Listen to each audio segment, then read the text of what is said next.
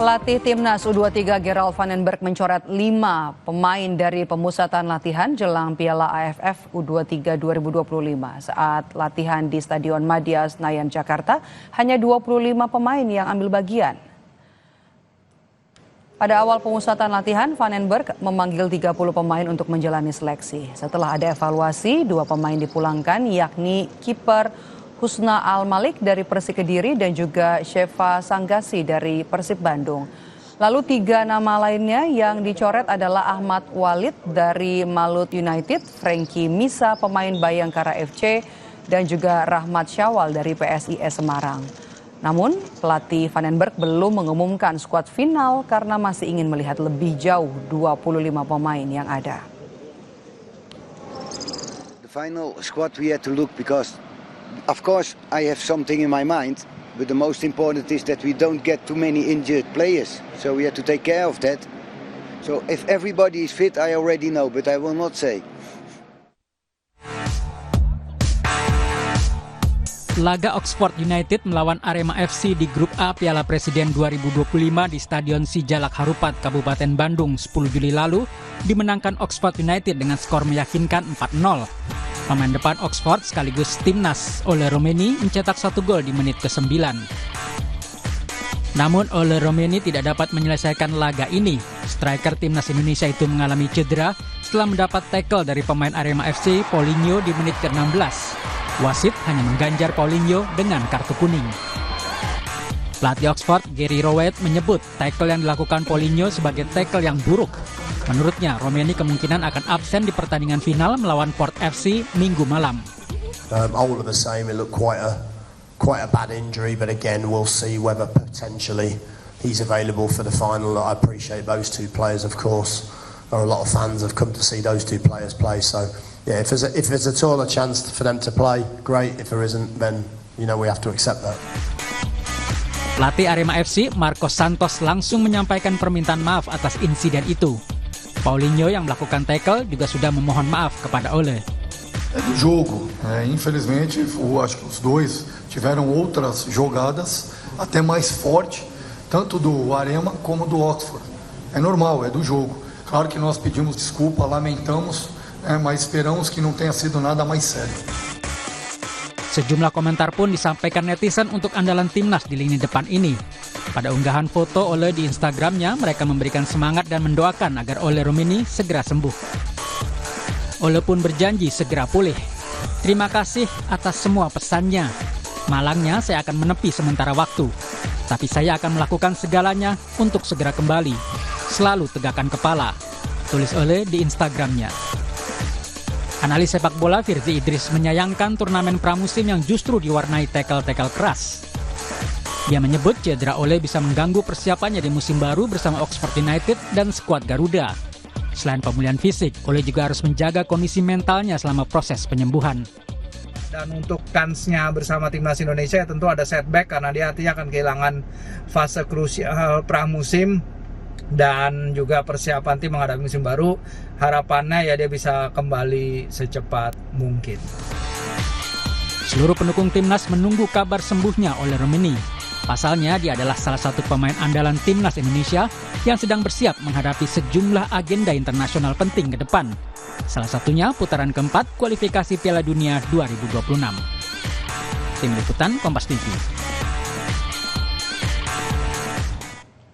Gelaran Piala Presiden 2025 diwarnai dengan cedera penyerang Oxford United dan timnas Garuda, Ole Romeni. Bagaimana nasib Ole di timnas? Kami akan membahasnya bersama analis sepak bola, Bung Wesley Hutagalung.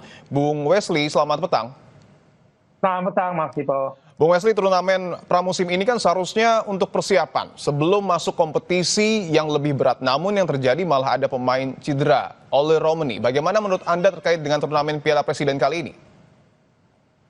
Untuk menganalisa ini kan kita harus mundur ketika kompetisi Liga 1 2024-2025 selesai, publik masih bertanya, peserta juga masih bertanya, siapa saja yang akan bermain di Piala Presiden dan tanggal berapa. Karena ini butuh kepastian bagi klub-klub untuk merancang persiapan pramusim mereka kemudian merancang kemudian kapan berkumpul, kapan TC, kapan melakukan pertandingan ringan, kapan melakukan pertandingan yang berat, dan kapan akan melakukan pertandingan lagi menuju liga kompetisi yang akan dimulai musim depan. Nah, liga sendiri kan bergerak dari awal Agustus, katanya berubah dari tanggal 1 berubah ke tanggal 8. Nah, ini yang memang tidak memudahkan bagi klub-klub di Indonesia karena kepastian itu. Lalu kemudian kita tahu ya, yang namanya pramusim itu harusnya saat ini pertandingan intensitasnya bukan tinggi, Mas Tipo. Ini intensitas yang rendah, baru mulai berkumpul.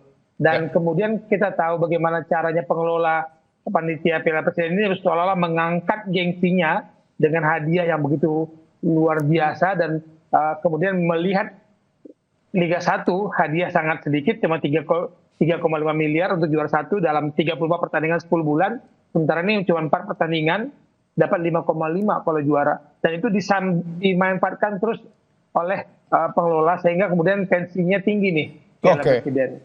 Oke, turnamen pramusim justru tensinya tinggi. Karena begini Bung Wesley, ketika Ole ini mengalami cedera, kita tahu Ole adalah pemain andalan timnas. Seberapa besar sebenarnya dampaknya buat timnas, terlebih menjelang putaran 4 kualifikasi Piala Dunia 2026 zona Asia? Inilah kekuatan kita ya Mas Tipo, karena kita lihat dalam 4 pertandingan terakhir timnas, kita hanya mencetak 3 kali ya sebelum kita kalah 0-6 lawan Jepang. Kan kita bisa mencetak gol 1 lawan Australia ketika kalah 5-1. Kemudian kita cetak gol lawan Bahrain 1-0, lawan China 1-0, dan 3-3 gol itu dicetak oleh Romani. Dan kalau saya mundur berkali-kali saya katakan di era Sintayong dia mencari missing link yang tidak didapatkan ketika dia menangani timnas, dan itu didapatkan oleh Patrick Kluivert lewat sosok Ole Romani. Jadi kehilangan saya pikir akan berbahaya.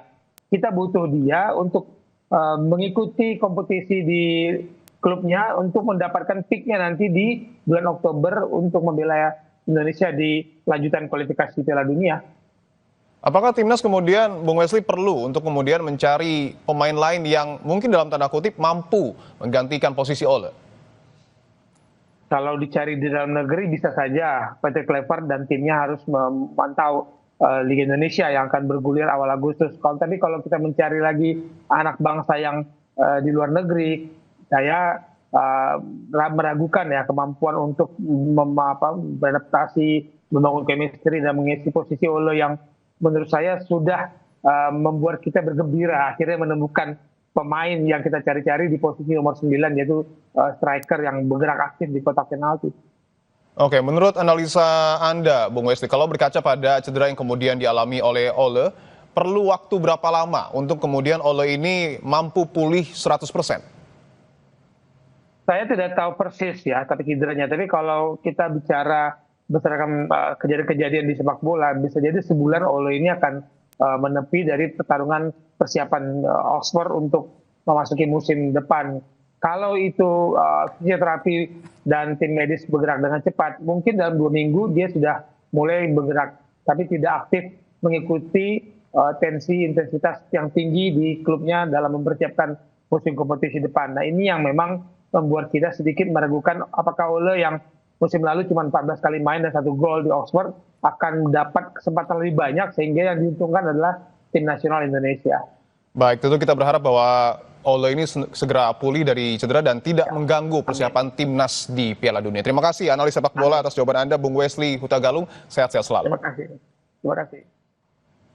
Polisi terus mendalami kasus tewasnya diplomat muda di kamar indekosnya, termasuk meneliti berbagai bukti yang sudah diperoleh. Salah satunya adalah rekaman CCTV di sekitar tempat kejadian perkara. Simak ulasannya usai jeda di Kompas.